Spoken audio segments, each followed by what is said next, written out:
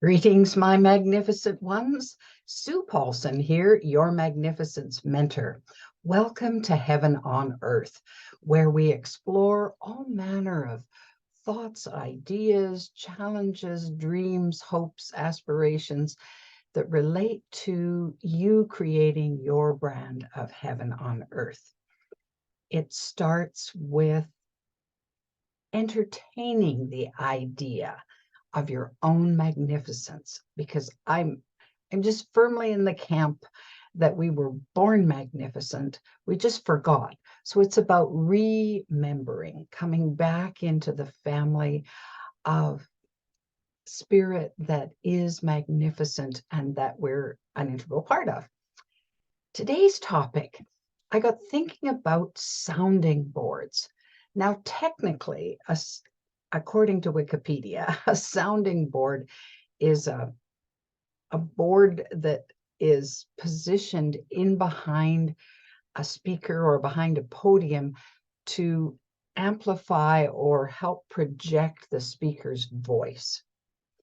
Well, I don't know the technical ins and outs of how that works exactly, but I'm aware that in a human context, we have taken the word sounding board and adopted it for our own purpose, as in humans can be sounding boards. So here's what a sounding board is to me. A sounding board is a willing ear, someone who is eager to support someone else in what it is they want to voice, what it is they want to talk about. So a sounding board is a person in my life who helps me through things. If I'm struggling with something, which I am a lot of times, or I have this great idea that I want to share and I want to get some feedback about it and think it through and work it out and kind of look at the nuances and so on, then when I have someone who's willing to hear me out, to allow me to express what I'm thinking, what I'm feeling, then that's really helpful because it kind of amplifies my ideas, it amplifies my focus, and helps me make sense of it for myself, to internalize it in a way that I maybe couldn't. Now, if you've watched the video about how the difference between how men's brains are wired and how women's brains are wired, then, and if you're a woman, then you understand that our brains go in a gazillion directions all at once, and it can get very complicated at times. So it's helpful to be able to straighten out some of those twisty, bendy lines so we can go from more easily from point A to point B.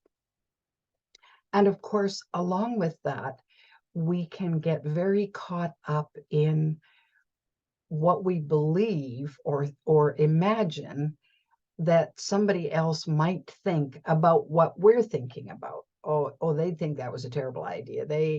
So as an example, a few years ago, I decided to move myself out of my home city and have a little sabbatical, a couple of provinces away in a city that I'd never lived in before, and I only knew a handful of people there. Well, it's likely that some of my relatives thought, how odd, why is she doing that? And of course, they asked me, they wanted to know. I recall sitting in a group of people that I didn't know that well, but we were connected in a variety of ways. And I broached this idea and says, well, I'm entertaining this notion of moving to Winnipeg. And the first question that people asked, because Winnipeg can be extremely cold in the winter time, and it can be very windy. And they looked at me and they said, why in the world would you move to Winnipeg? They got this look on their faces.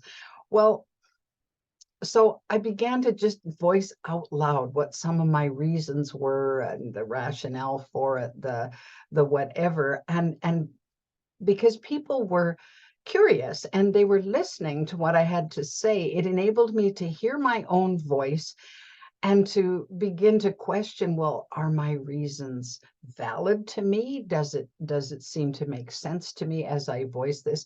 There were some questions that people asked me to get clarity on why I would do this, or what was my motivation and so on. And all those questions helped me to process what I was thinking about, what I was mulling over, and it didn't change my decision, because even though I said, well, I'm thinking about, I pretty well made the decision already. But I guess in some ways I was looking for some validation. I was looking for a little support. And I guess more than anything, I wanted some reassurance that I wasn't just doing something that was so wild and crazy. Like, who would do that? I mean, that makes no sense. And so, and of course, at the end of it, the only person it had to make sense to was me. But just the fact that others were willing to help me test that out loud made a big difference. Well, of course, that was I guess I would say a relatively benign situation. I mean, it was a big deal to make that kind of move when I'd only ever lived in one province my whole life, and was very comfortable in my surroundings. But because it was something that I was choosing to do and I was excited about it, then that had a different event or outcome. It was a different event, and it had a different potential outcome than when we get mired in things that are really, really hard for us. So that's the other scenario that can happen, that a sounding board or people who are willing to be sounding boards can be very helpful for when we're going through tough stuff, when we have relationship issues, when there are big differences of opinion and emotions running very hot, and it seems like a high risk.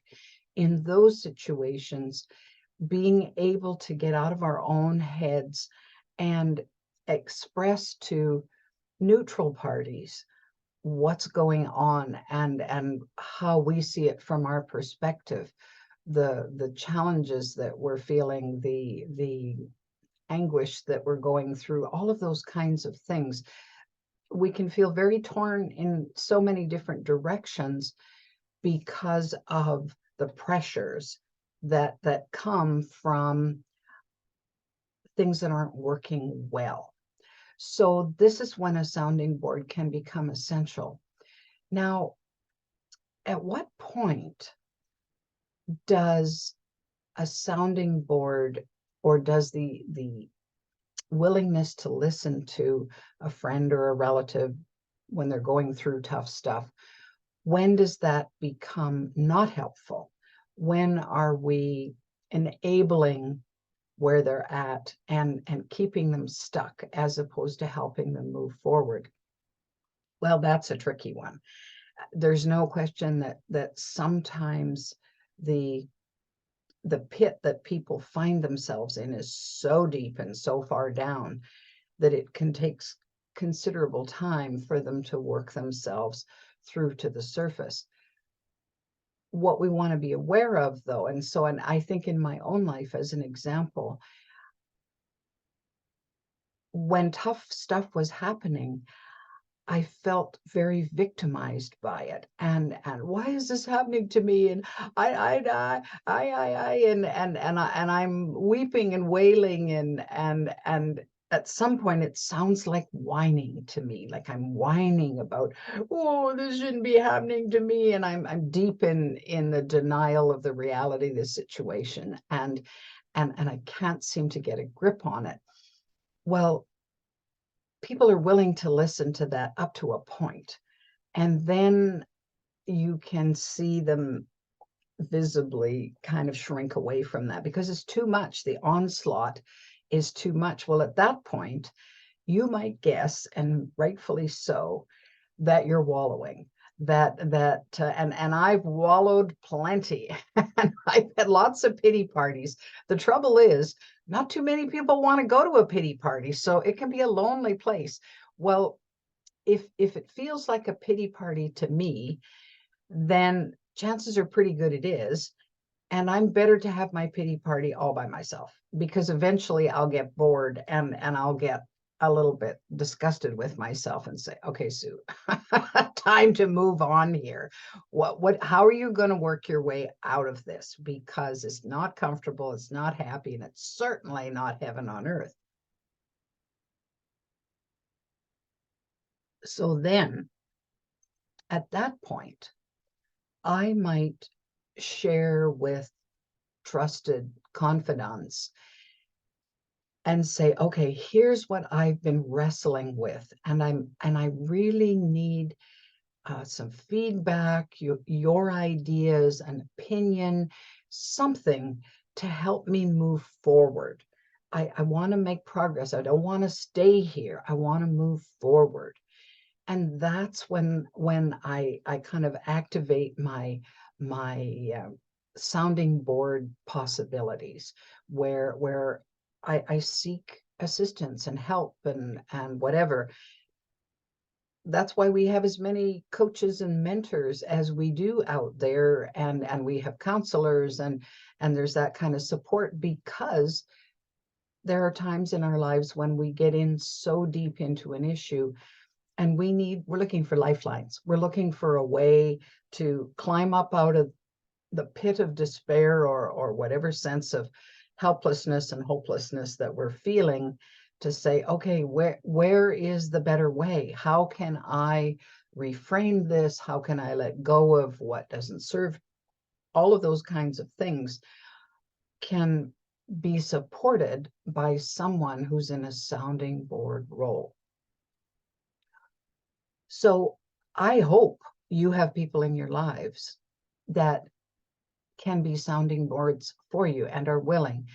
What's so interesting to me is when we've grown up to be people pleasers, which I was. I was brought up to look after everyone else and make sure they were happy, and then that was going to give me my contentment. Well, or I get my reward in heaven, whenever that was going to happen. And it was an imbalance, because there was a part of me that kept saying, okay, fine. And I get a lot out of giving to people that way. But when is it my turn? When does somebody shine their light on me, and I get the spotlight to talk about what's either heavy on my heart or heavy on my mind, and how can I get that kind of support? So it's got to be a kind of a two-way street there. Now, we're not always going to be able to mutually exchange the sounding board idea with certain people in our lives, because some they are not in a position to offer that to us. So we find others, and that's fine. That it's not a big deal. But the idea is that you're as willing to receive that support and help from someone who's willing to give it as a sounding board, as you are vice versa to give to someone else. And it is truly a gift. Now, there's a way, though, that I think is important to pay attention to in being a sounding board, and this is where some clear communication can come in, where you said, if I need, so here's an example. I needed something was heavy on my mind, and I just needed to be able to unload it. I didn't want to dump all over someone, but I needed someone who was willing to be, what would I call it, a conduit, so that it could just pass through them and out the other side. So it's out of my mind, beyond theirs, and then it's gone. That's what I was looking for. So I phoned a friend, and I said, okay, I'm really upset about something right now. And would you be willing for me to just dump whatever it is that's upsetting me. And he said, yeah, no problem. Go right ahead. And so he knew, so we were setting it up. So he knew that he wasn't required to do anything. I said, I don't need you to fix it or do anything other than just to listen to me. And he said, fine. So I set the stage, I set the parameters so that he was aware of what I expected from him. And he was willing, and he told me, yes, I'm willing to do that. So then I just unloaded everything that was just and I had my little rant and my hissy fit and whatever was going on, and he murmured, sympathetically and so on, and then added a few comments at the end of his own. But at the end of it, I'm saying, oh, thank you so much. I feel so much better because I got it out. Like, it's not weighing me down. It's not on my mind anymore. And I could let it go. It was much easier. So that can be one scenario of a sounding board, but it's good to make sure that the expectations are clear on both sides. Because, for example, when women come to them with a problem or a challenge, men immediately want to do something to fix it. Well, that might be, in fact, what a woman needs. But on the other hand, she may just need a sounding board. She may just need somebody to just listen and allow her to work it through out loud with the presence of her strong support there. It's too frustrating if you don't say what you need and you're very clear about what you expect from the other person. So that would be an important thing. The other part that I think is vital in the whole sounding board thing, especially if people have never felt open enough to be that vulnerable, is to adopt an attitude of non-judgment, that nothing good will happen if there's judgment on the part of the sounding board person who doesn't think that you should be doing that or thinking that, or they make comments like, well, that's a silly way to look at that. That's wrong. That's no, you're way off track here. That's not helpful, because then it causes contraction. It causes the person to go into fear and say, oh, if I say any more, this person will not like me, and or I'll lose their support, or they'll abandon me because they don't think I'm worth listening to. Whatever, there's all kinds of things that rattle around in our brains in relation to that. So it's important to pick people that you feel won't judge you, will be able to just open up to you and say, okay, tell me what's going on. Well, of course, if you've lived long enough on planet Earth, you know that we all experience similar things throughout our lifetimes, and we all share some common things. Like, pain is pain, heartfelt feelings are the same. I mean, it's so we understand when someone comes to us with a particular issue, it can often help us remember, oh yeah, I went through that too. And then between the two of you, if it's appropriate and the other person wants you to help them sort this out and reframe it, make sense of it, put it into a different context, add information that you didn't have, whatever that looks like, then of course that can be so beneficial in moving forward, because nobody wants to be stuck in the muck. I guess I would say.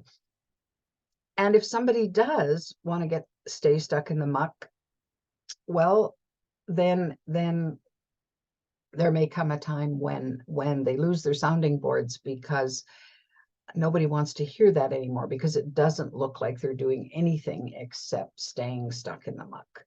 And that's a call that everybody needs to make. I can recall seriously wanting to help someone in my life who was struggling mightily. And there was a point when I realized, and I'd listen for hours, and the story would go around and around and around again, and nothing would shift. And this went on for considerable time until at some point the light bulb went on, and I'm thinking, I haven't said anything really about what's going on, but I've thought a lot about watching this person be so stuck. I don't think I'm helping them. It certainly wasn't helping me because I was hearing all of this sad tale over and over and over again, and all it did was trigger my own sadness. And then I thought, and I haven't said anything. And if I consider myself to be uh, helpful in this regard, if I want, my desire was to support and help, but I didn't think I was being helpful anymore. In fact, I thought I was enabling them. I thought, I think I'm keeping them stuck. So it's time to have a conversation about this. And of course, I was so fearful that it would turn into a confrontation, and this person and I would go our separate ways, and it would be a disaster. So I was scared. I was afraid to say what was really on my mind. And yet the truth is the truth, and it was important at some level, and eventually, that I said, look, here's what I'm hearing, here's what I'm seeing, here is how I'm being impacted by this. And quite frankly, I I I don't want this to happen this way again. And it was hard. It was a hard conversation, and yet it was important. And I think out of that, there was a shift. There was a shift for me and a shift for this person to the better, to support them in moving along a little bit and a little bit and a little bit that wasn't there before. Relationships are tricky. So they're just fraught with so many facets, things from out of the past and old beliefs that may not serve, and negative circumstances and history. Oh my.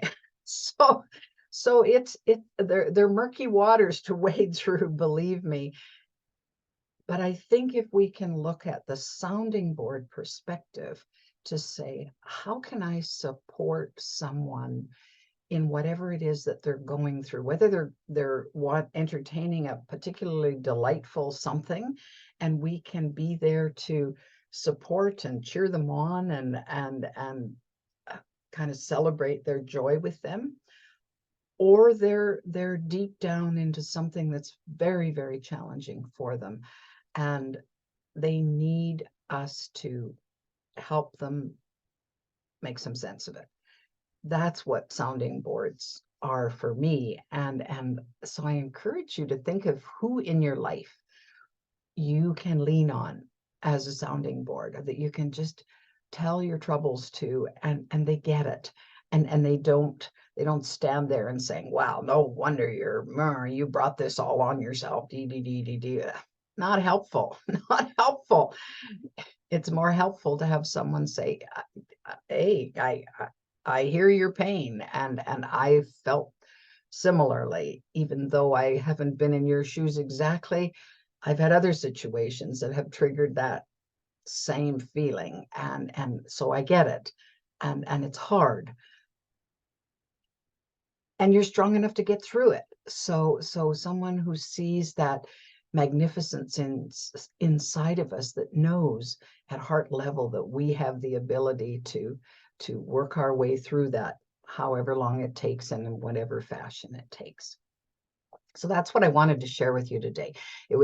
I've had this interesting time with the idea of sounding boards this past week. So I encourage you to use the sounding boards in your life for mutual benefit, to be a good sounding board and to look for the sounding boards when you need them. And of course, if you have no one around that you can be a sounding board for, you can be your own sounding board through things like journaling.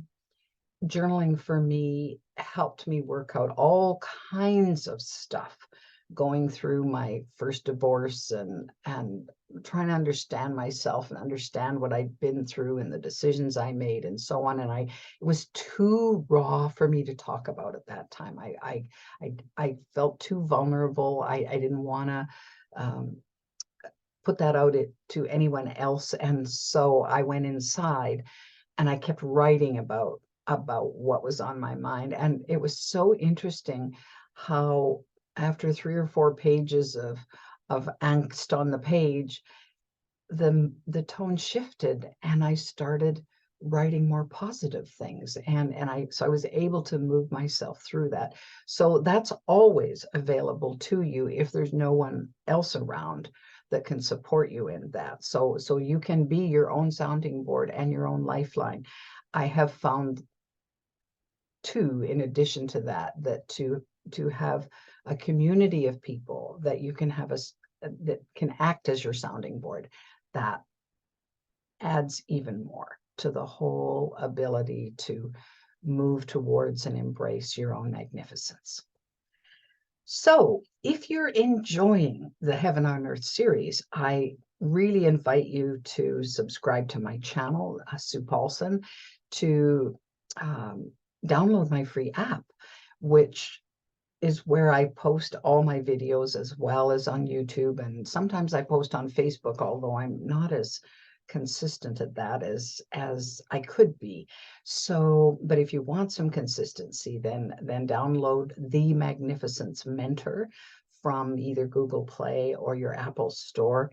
It's a free download, and if you sign up as a free member, then all the content opens up for you, and you'll find older content and newer content to keep moving you towards embracing your own magnificence.